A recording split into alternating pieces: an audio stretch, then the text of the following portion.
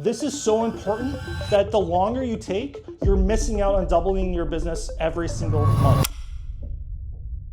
This is where you want your customers to get to, and this is where they come from. Now map out the main steps in between, about the major milestones, the steps that they come from. For me, this is traffic source, the place where you send the clicks to, the conversion, so where they end up converting or paying, this is maybe a page or on a call, the price that they pay, and which is a function of how much value they get, and if they end up staying with you. Now this part is so critical, you have to start doing this. You're just gonna track 3 numbers between these points. You're gonna track how much you're gonna track the units that actually move across. So maybe that's how many clicks or how many actual clients you brought on. Then you wanna track your capacity. And that is, again, a number of how many that you can handle on it could be a day by day, week by week, whatever basis. And the third is how long it takes you to go from point A to point B to point C to point D and so on.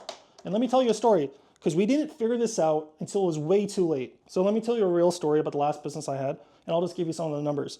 And as a bonus, you can also track the percent between these to look at good benchmarks. So let me tell you a real story. So we got just enough clicks to get 10 people to actually book a call. And we realized we were sending about maybe 100 DMs. So we had like a 10% to get us 10 people to actually show up on a call. And because we had a few people, we realized that on average, people, for every person we have, they would send about 5 people in a month. So we realized that this was like a steady benchmark. The speed going from being DM'd to hopping on a call was around a day. Mostly because people who wanted to talk to you were there.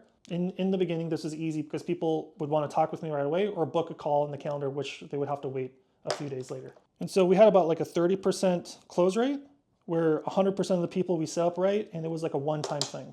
And it kind of was cool because we were able to bring in, one client a week, 3 a month, and they would pay $3,000, but they wouldn't keep paying us because it was like a one-off thing. We looked at it and said, well, we had one salesperson, me, but I was probably able to handle 8 hours a day of calls, 1 call a day, which we thought. And our virtual assistant, which we had one as a project manager, it was very simple, would be able to set it up. And I was like, well, for him, it's probably gonna take 8 too. And because we're not really keeping people, he could probably, handle people as well. So if they end up wanting to pay or get help, he could probably shift around. My other founder was here handling clients and making sure that they would keep paying the payments. So he would kind of come in and coach clients. Whoever who would be needing the help, he would kind of step in. So I guess he would be in this role. And so after we would get on a call, we would probably be able to do it within an hour. And all the people who wanted to pay, they would just hop on a call, and it was kind of like a yes or no decision. So it really only took like an hour to do that call. So once they were on the call, it didn't really take much.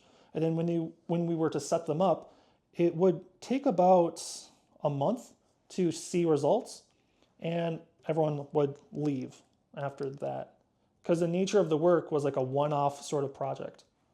Looking at this, we were like, okay, well, this is the starting point, and this is why you have to start tracking these numbers as often as you can.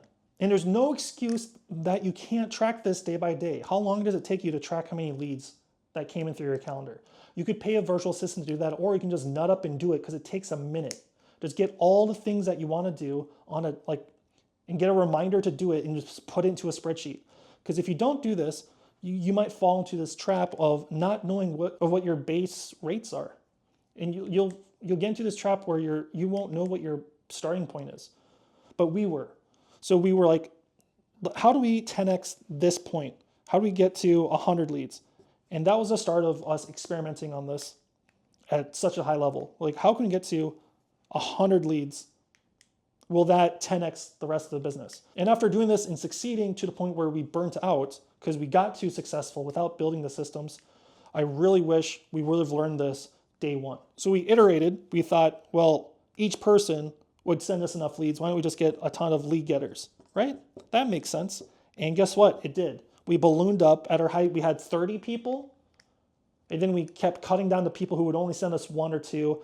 And it got pretty good where they ended up like meeting every single morning and they would like discuss the right tactics to DM people. It was like our own little affiliate army. It was amazing.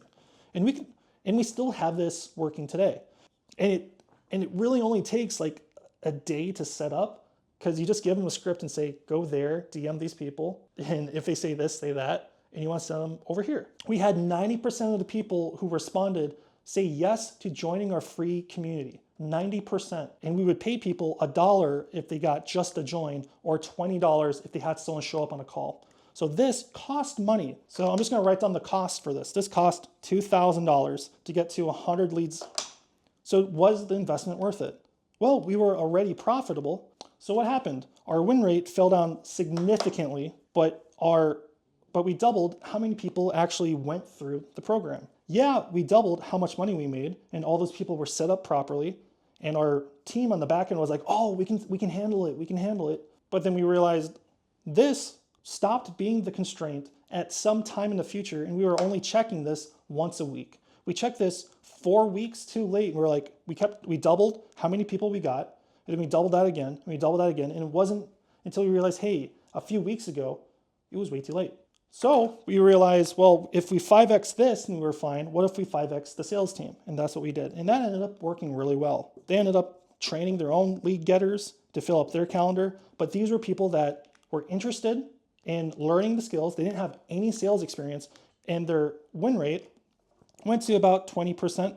You know, if I got on a call, it'd be higher, but they would follow what I would do.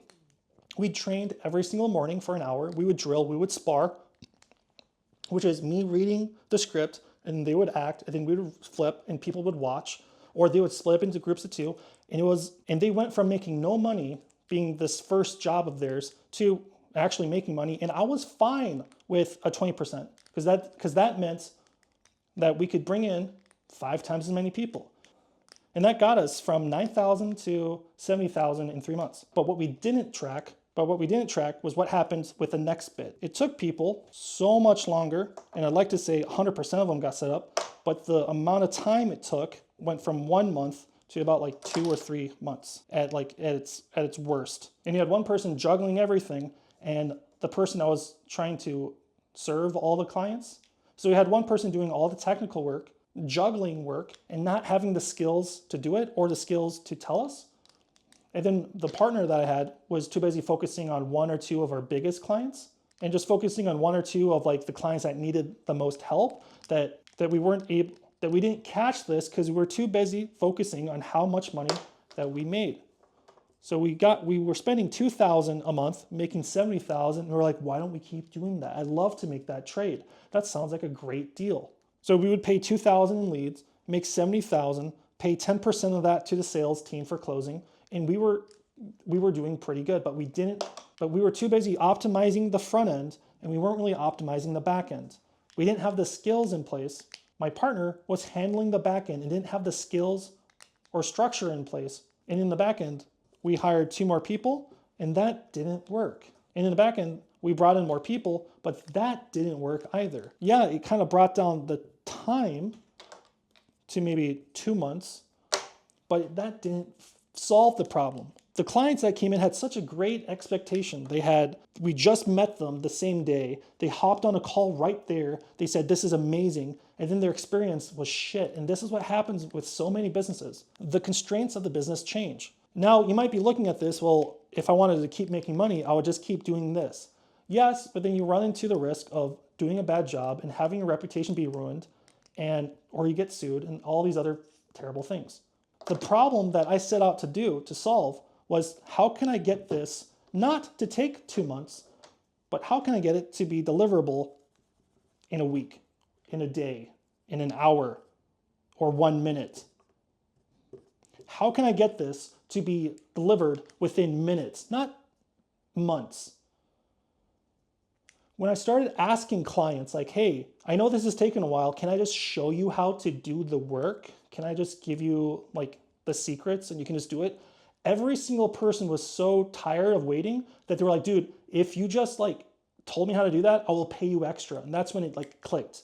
I told my partner like, hey, everyone wants to get this done, but he wanted to keep doing the work himself. When I told my partner this, he was like, oh yeah, that sounds cool. Go for it.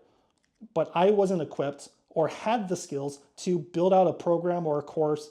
So I started studying some resources. I started learning all these other methods, and that distracted me from the business, where this became such a constraint where people would come in and leave and be frustrated and ask for a refund. And what killed the business was we were running ads on Twitter for clients.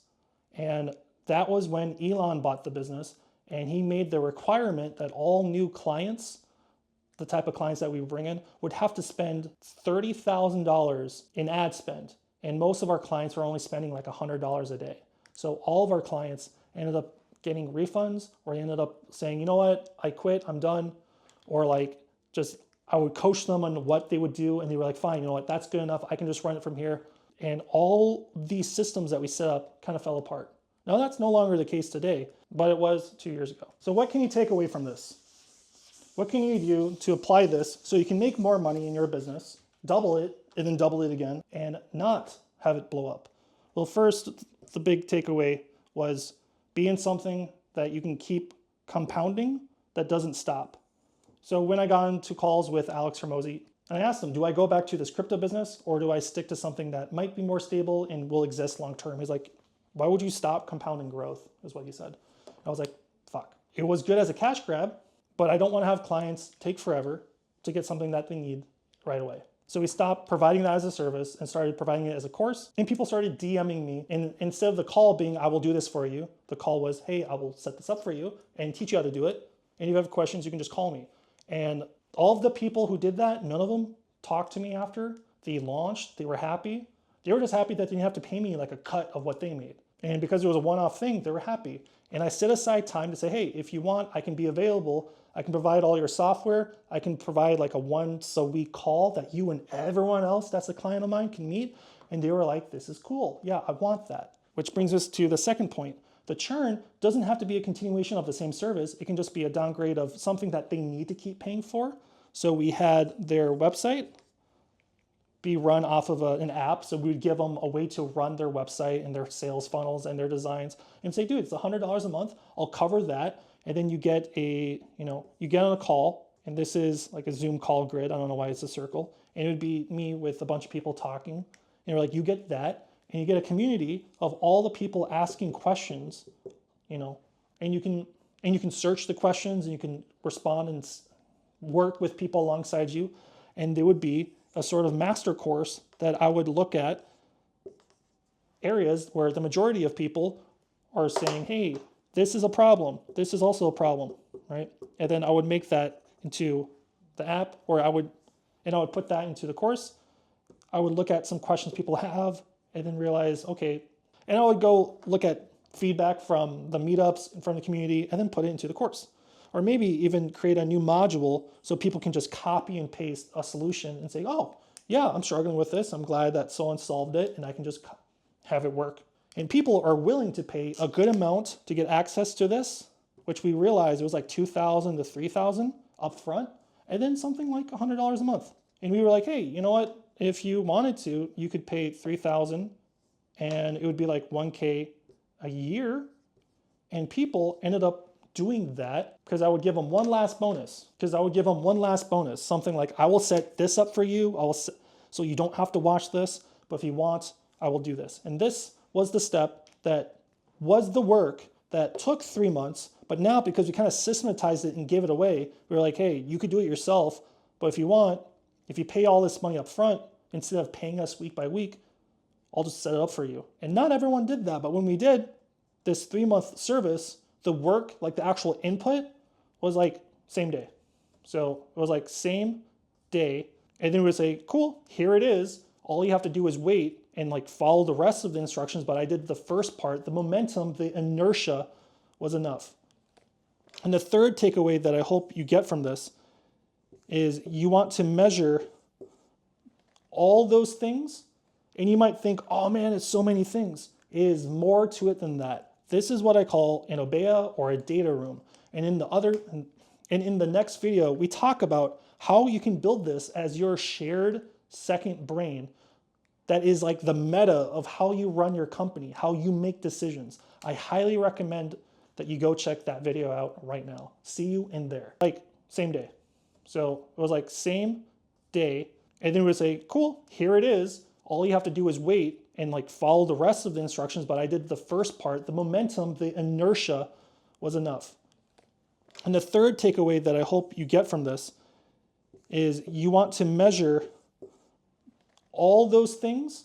And you might think, oh man, it's so many things. It is more to it than that. This is what I call an Obeya or a data room. And in the next video, we talk about how you can build this as your shared second brain that is like the meta of how you run your company, how you make decisions. I highly recommend that you go check that video out right now. See you in there.